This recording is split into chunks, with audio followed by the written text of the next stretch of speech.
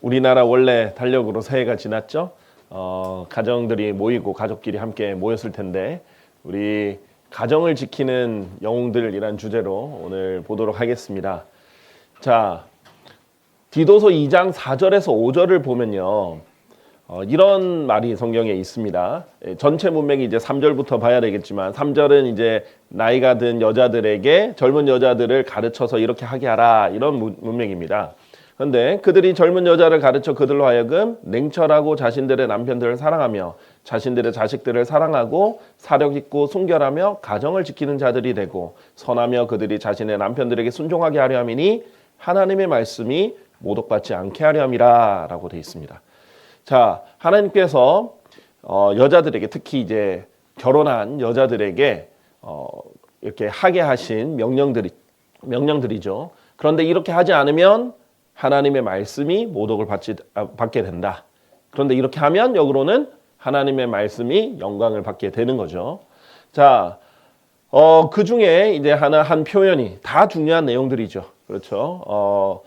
꼭 우리가 특히 갓 결혼한 그 부부라든지 우리 아내들은 꼭 기억해야 될 부분인데 그 중에 하나의 아주 유익 있게 볼 부분이 오늘은 가정을 지키는 자들이다. Keepers at home이라고 합니다. 자, 지킨다, 키퍼다 이런 말을 많이 씁니다. 우리가 이제 축구에서 골문을 지키는 사람을 골키퍼라고 하죠. 우리 성경에서 예수님께서 나를 사랑하는 자들은 나의 말들을 지킨다 할 때도 keep입니다. keep. 그것이 이제 뭐 하는 사람들이란 뜻의 er이 붙으면 keeper, er이 붙는 거예요. 그래서 이 가정을 지키는 이 임무, 이것을 하나님께서는 이 아내들에게 특별히 맡기셨다라는 겁니다. 자, 그런데 어떤 분들은 신앙생활을 오래 하고 교회도 오래 다녔지만 그럼에도 불구하고 이 말 자체는 처음 성경에서 보는 분들도 계실 거예요. 왜냐하면 기존의 성경들에는 이 표현이 없었기 때문입니다. 자, 예를 들면 우리 이제 한국 교계에서 이제 가장 많이 쓰는 성경이 개역 개정 성경이죠. 근데 디도서 2장 5절에 보면 이 부분을 신중하며 순전하며 집안일을 하며라고 되어 있습니다. 자, 완전히 이제 어감이 다 다르죠. 이제 정확하게 이제 킹제임스 성경에는 keepers at home 이렇게 되어 있습니다. 자, 집안일을 하는 것은요, 그냥 물리적인 일들을 하는 거예요. 집안에 필요한 일들을 하는 거죠. 뭐 허드렛 일이 될 수도 있고 설거지가 될 수도 있고 아니면 빨래가 될 수도 있고 다양한 일들을 하는 거예요. 그런데 이 집안 일 자체는요, 누구나 할 수 있습니다. 이렇게 예전에는 이제 종들을 둔 가정도 있으니까 종들도 대신 할 수 있는 거예요. 또 그리고 요즘 같은 경우에는 뭐 가사 도우미 이런 사람들도 할 수 있는 일입니다. 자, 그런데 아내로서, 어머니로서, 가정을 가진 여인으로서 할 수 있는 가정을 지키는 자들은요, 고용해서 누군가에게 맡길 수 있는 일이 아니에요. 자, 그리고 이 얘기를 하니까 이제 여자는 집안 일만 해라가 되는 것처럼 보이는 거예요. 성경은 사실 그렇게 얘기하고 있지 않아요. 가정에 충실해서 집안일에 충실한 것도 아주 좋은 일이지 그것만 하라라고 성경에 돼 있지 않습니다. 특히 성경에서 잠언 31장에 현숙한 여인으로 본으로 삼았을 때 그 여인은 집안에 가만히만 있진 않아요. 네, 자, 가정을 지키는 것이 가장 중요한 임무입니다. 당연히 가정을 지키다 보면 집안일도 하겠죠. 근데 집안일을 하라는 것이 이제 명령으로 하면 집안일만 하라, 집에서 일만 해라 이런 식으로 보일 수 있게 되고 한국에는 유독 다른 나라들과 다르게 이런 식으로 인식이 돼 있는 경우가 많아요. 이 영향력이죠. 자, 물론 이제 가능하면 이제 그 맞벌이보다는 가정에 더 충실해서 그렇게 하는 것이 환경만 된다면 더 좋겠죠. 자, 그런데 더 좋은 것과 명령과는 좀 다릅니다. 자, 그래서 이제 예를 들면 NIV 같은 경우에도 이 부분을 뭐라고 표현을 했느냐? NIV 새 국제판 성경 이제 일반적으로 알려져 있는 영어 성경이죠. 어떻게 이것을 바꾸었냐면 to be busy at home, 집에서 바빠라. 그러니까 집안일로 바빠라 이런 뜻이 되는 거죠. 자, 그러니까 뜻이 완전히 다릅니다. 자, 말씀을 지키듯이 가정을 지킨다 그러면은요, 가정을 수호하는 거예요. 여러 가지 제가 설명하겠지만 악영향으로부터도 지키고 가정이 깨지지 않게도 지키고 또 가정에 문제가 생기지 않도록 수호하는 수호자의 역할이 되는 건데 이것은 그냥 집안일에 바쁘게 해라. 집안일을 바쁘게 하라라는 뜻이 되는 거죠. 이제 뉴 가톨릭 성경 이제 보통 이런 성경에 변개가 일어나면 가톨릭 성경에 영향을 받았다라고 말씀드리죠. To be diligent homemakers. 그렇죠? 집안 일들을 하고 가정 일들을 하는데 diligent, 부지런해라. 이렇게 되는 거죠. 자, 그래서 이제 이 영향력을 소위 킹제임스 성경이라고 하는 한국어 성경들도 영향을 받았어요. 그래서 사실은 킹제임스 성경 keepers at home이라고 돼 있는데 집안일에 힘쓰며라고 돼 있는 거예요. 사실 전혀 그 뜻이 아닌 거죠. 이것은 킹제임스 성경 그대로를 한 것이 아닙니다. 마찬가지로 이것도 가정을 보살피며 이것도 keepers at home에 지킨다, 수호한다라는 의미가 들어가지 않은 거죠. 사실은 이대로 번역이 된 것이 아닌 거예요. 자, 그래서 우리가 말씀을 수호하듯 모든 그리스도인에게 말씀을 수호하는 것이 이제 임무가 주어졌다. 하나님의 제자, 예수님의 제자들이라면 그러면 좀 더 구체적으로 아내들에게는 가정을 수호하는 임무를 주셨다. 이렇게 보시면 되겠습니다. 자, 그래서 이 가정을 수호하는 영적 역할들 많이 있겠죠. 그래서 여인의 역할이 단순히 육체적인 집안일에 그치는 것이 아니에요. 하나님께서는 사실 더 중요한 역할을 한 겁니다. 자, 말씀으로 자녀들을 양육하여 아이들을 마귀로부터 지키는 수호자 역할도 할 수 있죠. 특히 아이들에게 가장 큰 영향력을 끼칠 수 있는 사람이 바로 어머니거든요. 자, 그리고 죄와 악이 가정에 들어오는 것을 막는 영적 파수꾼의 역할도 할 수 있고요. 그 다음에 가정과 자녀가 나쁜 길로 빠지지 않도록 인도하는 인도자 역할도 할 수 있고, 가족들이 중요한 일에 집중할 수 있도록 의식주를 돌보는 돌보미 역할도 할 수 있는 것이고요. 다 이걸 포함해서 가정을 지키는 거예요. 자, 이 마틴 루터의 아내 카타리나는요, 종교개혁의 역사를 일으킨 마틴 루터의 큰 조력자였는데 남편의 믿음을 세워준 거예요. 성경에서 보면요, 현명한 여인, 지혜로운 여인은 집안을 세운다, 집을 세운다라고 돼 있어요. 자, 이 집을 세우고 또 지키고 이런 역할들을 하는 거예요. 그래서 참 어떻게 보면 이제 한국에 예전에 있었던 표현이 신기하게 이런 부분은 어느 정도 맞는 표현들이 있다는 게 있어요. 안주인 뭐 이런 얘기를 하죠. 그러니까 집안에 있는 것들 다 관리를 하고 수호하고 지키고 세우고 이런 걸 총괄을 하는 거예요. 자, 그런 역할들을 했다라는 거죠. 자, 그다음에 루터를 항상 박사님이라고 존칭하며 이제 존중하고 존경했고, 루터는 이제 가정과 관련돼 있어서 아내를 완전히 신뢰하고 다 맡겼던 그런 일들도 있죠. 그러니까 이제 루터가 더 성경 번역에도 집중하고 종교 개혁에도 일으키고 전도지들도 작성하고 여러 가지 일들을 할 수 있었겠죠. 자, 그래서 요즘 같은 경우에 특히 오늘날 이혼율이 증가하죠. 아주 많이 증가하고 있습니다. 그래서 가정을 지키는 여성의 역할이 더욱 중요해졌어요. 자, 가정을 주로 깨는 원인이 요즘은 점점 다양해지고 있고요. 그렇지만 주로 일반적으로 이제 남자들이 가정을 깨는데 주요 역할을 했다면 가정을 지금까지 지키는 데는 여자들이 그 역할이 굉장히 컸다라고 볼 수 있습니다. 요즘은 점점 다양해지고 여자들도 워낙 그렇게 안 하기 때문에 모르겠지만은 이제 저희 어머니 세대들만 해도 이제 남편이 문제를 일으켜도 저 어머니의 희생으로 가정이 지켜지는 그런 경우도 많이 있었죠. 자, 가정을 살리는 기도도 할 수 있고요. 이혼을 막고 가정을 하나 되게 할 수도 있고, 또 지혜로운 아내를 가정을 세울 수 있고요. 남편의 미움도 세워줄 수 있는 여러 역할을 할 수 있습니다. 그래서 이런 아내를 만나는 건 정말 크나큰 축복이 될 수 있고 하나님의 선물이 될 수 있는 거죠. 자, 잠언 14장 1절은 지혜로운 여자마다 자신의 집을 세우느니라. 예외 없다는 거죠. 지혜로운 여자마다 다 자신의 집을 세운다. 근데 어리석은 여자는 자신의 두 손으로 그것을, 집이죠, 자신의 집을 무너뜨리는 거예요. 자, 이것을 봐도 열매를 보면 그 나무를 알 수 있다고. 이것을 봐도 이 사람은 지혜로운 여자인지 어리석은 여자인지, 아무리 화려한 커리어를 가졌든 학력이 많든 적든 그것이 중요한 게 아니라 이것으로 하나님께서는 지혜로운 여인이냐 아니면 어리석은 여인이냐를 분별하시는 거예요. 자, 요즘 이제 이 혼인율은 점점 줄어들고 있죠.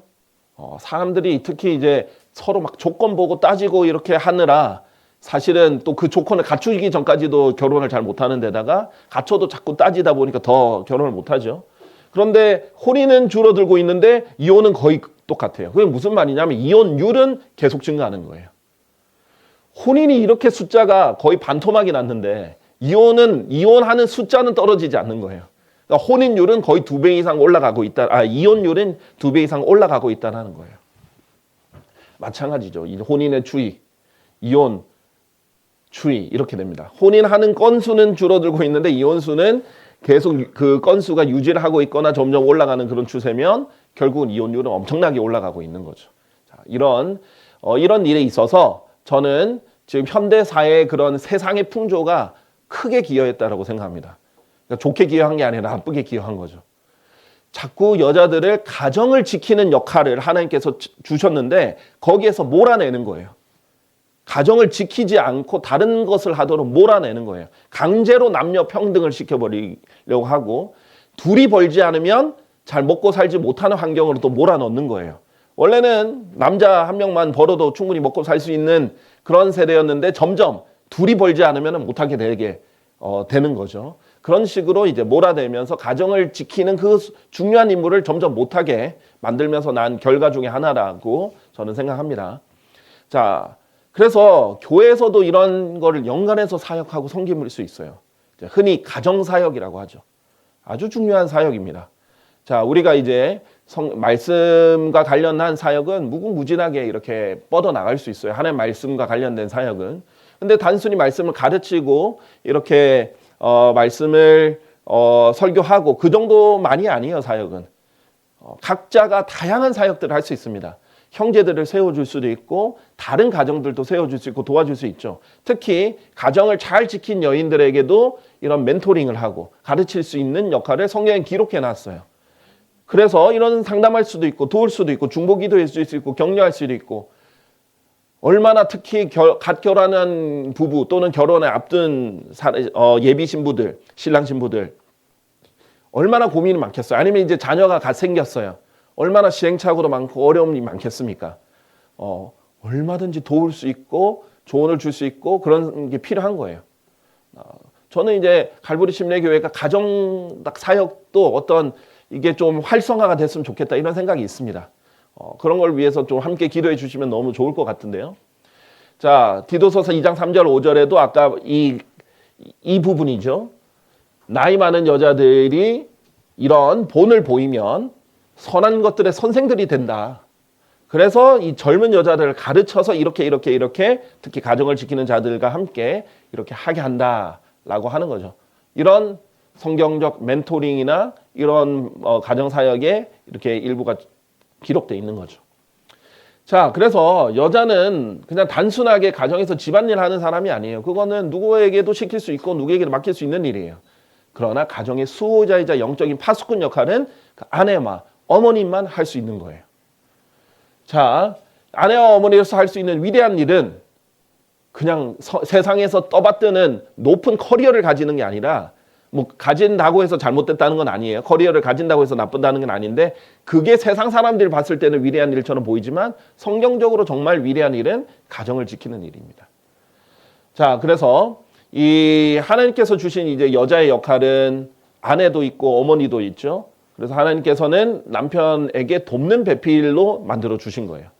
그런데 겸손하고 하나님을 사랑하는 사람은 이것에 만족하고 이것에 감사하고 그리고 이것에 충실할 수 있는 거예요. 그런데 요즘 세대는 뭐예요? 자꾸 여자들에게 교만을 이렇게 불어넣죠. 그래서 자꾸 강제로 남녀 평등을 만들게 하려는 겁니다. 남자가 하는 일 자꾸 여자가 다 똑같이 하게 만들려는 거예요. 그래서 경찰관도 여자 경찰관을 일부러 뽑아서 넣어버리고 군인도 여자 군인을 일부러 뽑아서 넣어버리는 거예요. 그런데 경찰이나 군인처럼 특수한 일들을 하는 거는 여러 가지 조건들이 있는데 그러면 만약에 똑같은 조건의 시험을 본다 그러면은 뭐 이해가 될 텐데 그런데 여자 경찰관을 뽑을 때는 갑자기 팔굽혀펴기를 하는데 무릎 꿇고 한다든지 뭐 이 기준을 완전 다르게 해버리는 거죠. 이게 강제로 맞추려다 보니까 말이 안 되는 그런 잘못된 기준들이 나오는 겁니다. 자, 그런데 하나님께서는 여자 이 돕는 배필이라는 게 조력자라는 거예요. 자, 우리 모든 뭐 그 연극 또는 뭐 영화 어떤 그런 데서도요. 항상 주연만 다 존재할 수가 없거든요. 조연들도 있는 거예요. 그것도 중요한 역할인 거예요. 그런데 다들 주인공이 되라고 부풀어 넣는 겁니다. 다들 그냥 남 앞에 서게끔 만들게 하는 거예요. 근데 사실 이게 더 행복한 거예요. 더 귀한 일일 수도 있는 겁니다. 자기에게 주어진, 자기에게 맡겨진 일일 수 있는 거예요. 하나님께서 주셨으니까 감사하면서 하면은 더 잘 되는 거거든요. 이게 이제 킹제임스 성경에 helpmeet이라고 잘 번역이 돼 있는데 이게 사실 helpmate라는 한 단어예요. 그래서 이제 YBM 사전도 그렇고 여기에 옥스포드 사전이 등록 안 됐었는데 옥스포드 사전에도 이건 한 단어입니다. 그래서 돕는 배필이라는 한 단어로서 이제 번역이 돼야 되는 거죠. 자, 자유롭게 직업을 이제 선택할 수 있는 시대잖아요. 그렇잖아요. 우리가 누가 총구를 들이대고 너는 이 직업만 해야 돼 이렇게 하는 사람 아무도 없어요. 이제 북한 같은 경우에는 직업을 정해주잖아요. 근데 우리는 그러지 않단 말이죠. 그런 지 오래됐어요. 그런데도 불구하고 아직까지 유치원 교사나 간호사나 뭐 요양보호사나 이런 것을 압도적으로 여성의 비율이 높은 거예요. 누가 그렇게 하라고 한 게 아닌데도. 왜냐하면 자연스럽게 하다 보니까 이런 이제 보조적인 일, 돕는 일, 또 아이들을 돌보는 일, 이런 일들에 여자들이 훨씬 더 잘하는 거예요. 일부러 남자를 채용 안 하려고 한 게 아니죠. 훨씬 더 잘하는 겁니다. 그런데 특화가 돼 있게 태어나게 이렇게 해주신 거예요. 자, 그래서 이런 돕는 역할, 또 이해해주는 역할, 상담해주고 얘기를 들어주는 역할, 공감해주는 역할, 그런 거는 남자보다 훨씬 더 잘하는 거예요, 여자들이. 하나님께서 그런 특색을 주신 거죠. 그러면 그 역할에 맞게 하면 되는 거죠.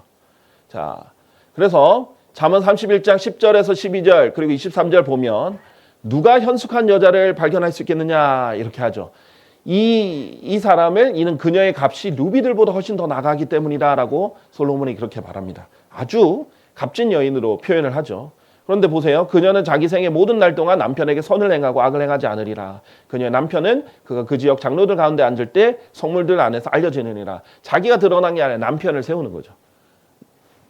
그 다음에 자기 집안의 길들을 잘 살피는 거예요. 아, 집안이 지금 이 길로 가고 있구나. 저 길로 가고 있구나. 잘못된 길로 가면 안 되지. 이런 것들도 잘 살피는 거예요. 그리고 뭐 열심히 부지런히 여러 가지 일들을 합니다. 그리고 그러니까 그 결과 뭐예요? 자식들도 남편도 칭찬하는 거예요. 많은 딸들이 현숙하게 행하였으나 당신은 그들 모두보다 탁월하다. 시켜서 하는 게 아니라 정말 남편도 자식들도 엄마에 대해서 아내에 대해서 이렇게 하는 거죠. 그런데 이런 동기가 결국 뭐예요? 주를 두려워하는 여자 그녀는 칭찬을 받으리라. 하나님을 두려워하기 때문에 이런 것들이 나오는 거예요. 그렇게 했을 때 바른 열매가 나오는 거죠. 하나님을 사랑하고 하나님을 두려워하니까 이런 열매들이 나오죠. 결국 이 사람들은 칭찬을 자기 스스로 칭찬하는 교만한 게 아니라 결국은 다른 사람들이 칭찬하게 돼 있다라는 겁니다. 자, 우리 여기서 보면요. 이 디도서 2장 5절에도 가정을 지키는 자들이라고 했는데 열왕기상 22장 52절에 보면 특징들이 있는데 이제 왕을 제시할 때 어머니가 굉장히 많이 등장합니다. 이게 성경의 특징인데요. 그가 근데 왕이 잘못했을 때도 잘했을 때도 어머니가 등장해요. 그가 주의 목전에서 악을 행했고 그의 아버지의 길과 그의 어머니의 길과 이스라엘을 죄짓게 한 느베스의 아들 여로밤의 길 가운데 살아가더라. 어머니가 등장을 하죠. 근데 그뿐만 아닙니다. 이 열왕기상, 열왕기하, 역대기상, 역대기하 이런 왕들의 책들에 왕을 소개할 때 어머니가 누군지를 계속 설계해요. 그의 어머니의 이름은 지루하다. 또 여기에도 그의 어머니의 이름은 아비샬롬의 딸 마카였다. 그의 어머니의 이름은 그 다음에 그의 어머니의 이름은 아달리아다. 그 다음에 그 어머니의 이름은 베레시바 출신의 지베아였더라. 어머니의 출신까지 또 누구의 딸인지 이런 것까지도 적혀 있습니다.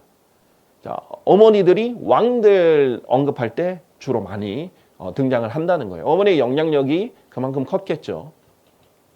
자, 그래서 실제로 이제 좋은 어머니의 본으로 많이 언급되는 사람이 있어요. 우리가 아는 요한 웨슬리 또는 존 웨슬리라고 하는 그 감리교의 창시자죠. 근데 감리교라는 교단을 만들려고 했던 사람은 아닌데 워낙 존 웨슬리를 존경하고 다른 사람들이 많아서 결국은 감리교가 만들어진 거예요.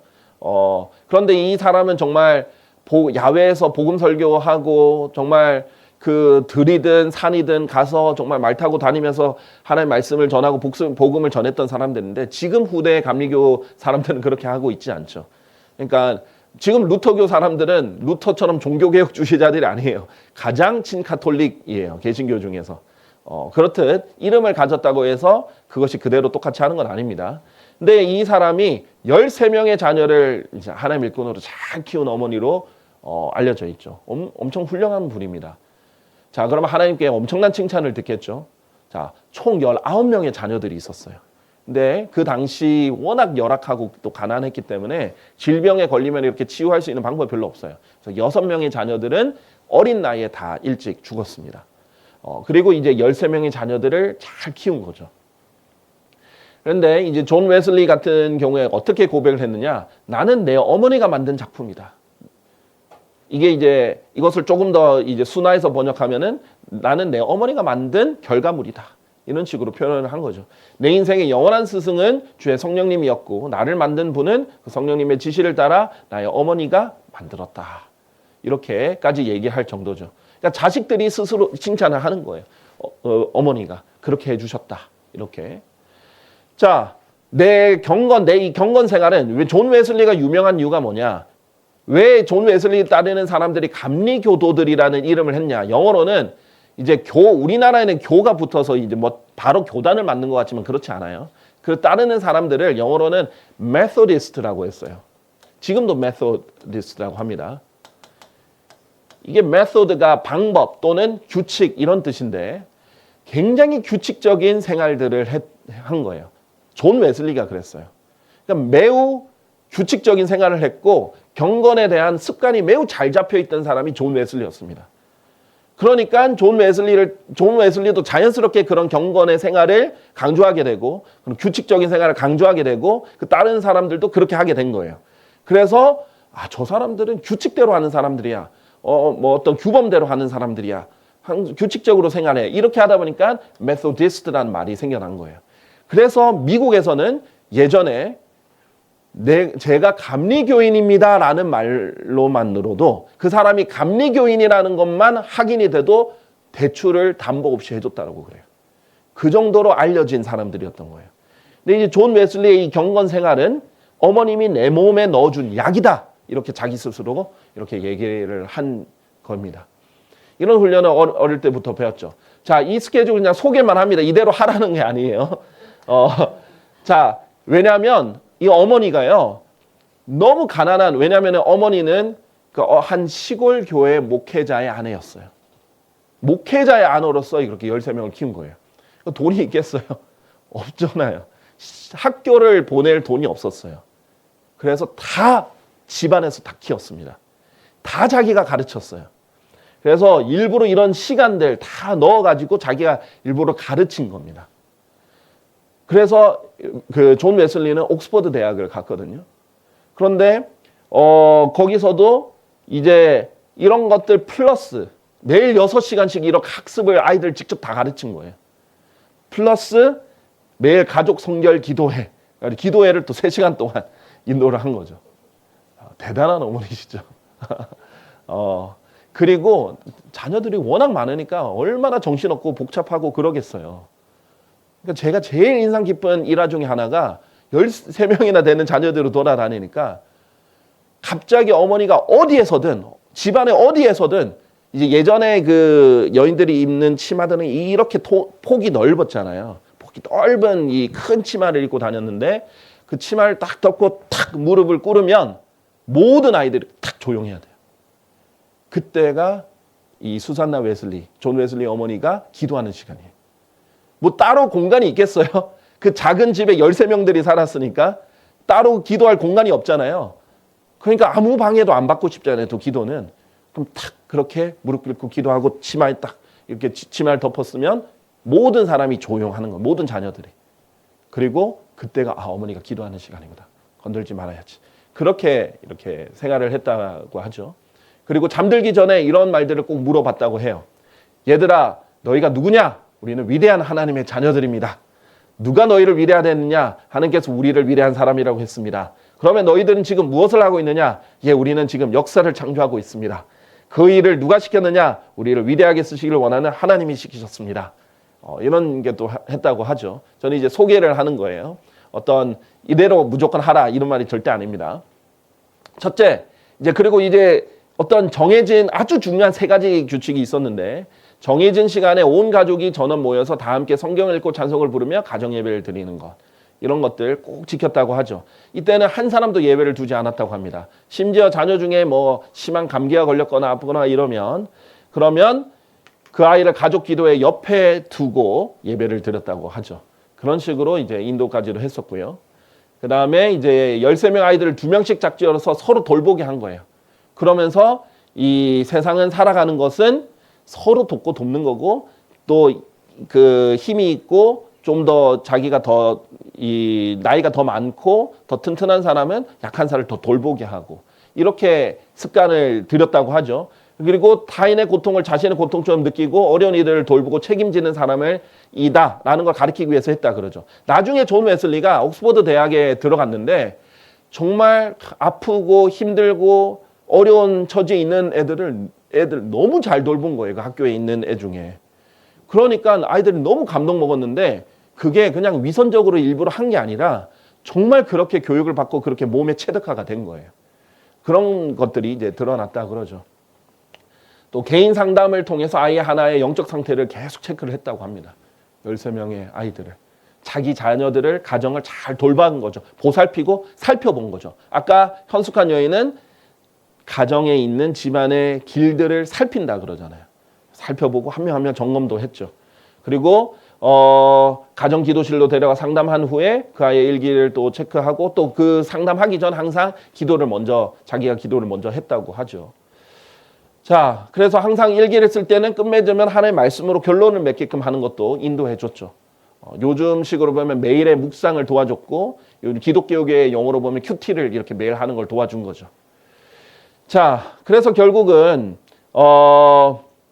위대한 설교자 웨슬리가 만들어졌고요. 그 다음에 찬송가 작시자인 찰스 웨슬리, 존 웨슬리의 동생이죠. 찰스 웨슬리도 이렇게 태어났고요. 그 외에 나머지 자녀들도 하나님 잘 섬기는 자녀들로 성장했습니다. 이 찰스 웨슬리가 만든 찬송시가 만입이 내게 있다면 뭐 우리가 잘 아는 만입이 내게 있다면 이런 찬송가가 있고요. 저희 찬송가에도 여러 곡 이렇게 들어가 있습니다. 그래서 수산나의 웨슬리 원칙들 제가 하나하나 뭐 성경처럼 설명하지는 않겠습니다. 근데 이렇게 다양한 원칙들을 가지고 있었다라는 거예요. 그리고 그런 것들을 실행을 했고 철저히 잘 지켰다라는 거죠. 그래서 아이들을 잘 양육을 한 본이 되었다라는 것을 이제 설명합니다. 이제 아까 말씀드렸던 찰스 웨슬리가 이 찬송가 작사가인데요. 이제 53년 동안 56권의 찬송집을 만든 거예요. 어마어마한 총 8,989곡을 만들었어요. 이제 역사상 가장 위대한 찬송가 작곡가로 알려져 있습니다. 우리가 파니 크로스비 여자 그 찬송가로도 매우 유명한데 사실은 뭐 거의 양대 산맥이라고 할 수 있죠. 저희 찬송가에도 굉장히 여러 곡이 들어가 있습니다. 자, 아까 말씀드렸지만 만입이 내게 있다면, 그 다음에 웬일인가 내 형제여, 그다음 내 주는 살아 계시고 이런 등등 유명한 찬송도 있죠. 이런 등등의 이제 결과물들이 이제 나온 게 결국은 이 자녀들을 양육한 결과다. 이런 것들을 이제 말씀드리려고 합니다. 잠언 22장 6절로 결론을 맺겠습니다. 아이를 그가 마땅히 가야 할 길로 훈련시키라. train이라고 되어 있어요. train up. 훈련을 시켜라. 그리하면 그는 자신이 늙었을 때도 그 길에서 떠나지 아니하리라. 존 웨슬리 아주 좋은 본이에요. 평생 그 경건한 생활과 습관을 유지하고 갔던 거죠. 이래서 진정한 영웅은 바로 이 자녀들을 잘 양육하고 자기에게 맡겨진 그리고 가정을 잘 지키는 하나님의 명령에 잘 충실히 수행한 세상에서 보면 화려하지 않아요. 그렇지만 하나님 눈에 보면은 엄청난 영웅들이 됩니다. 그리고 그리스도의 심판석에는 그 사역을 얼마나 잘했는지로 평가받겠죠. 그래서 우리 이제 갈보리 침례교회도 이런 영웅들이 많이 생겨났으면 좋겠다 이런 바람입니다. 감사합니다.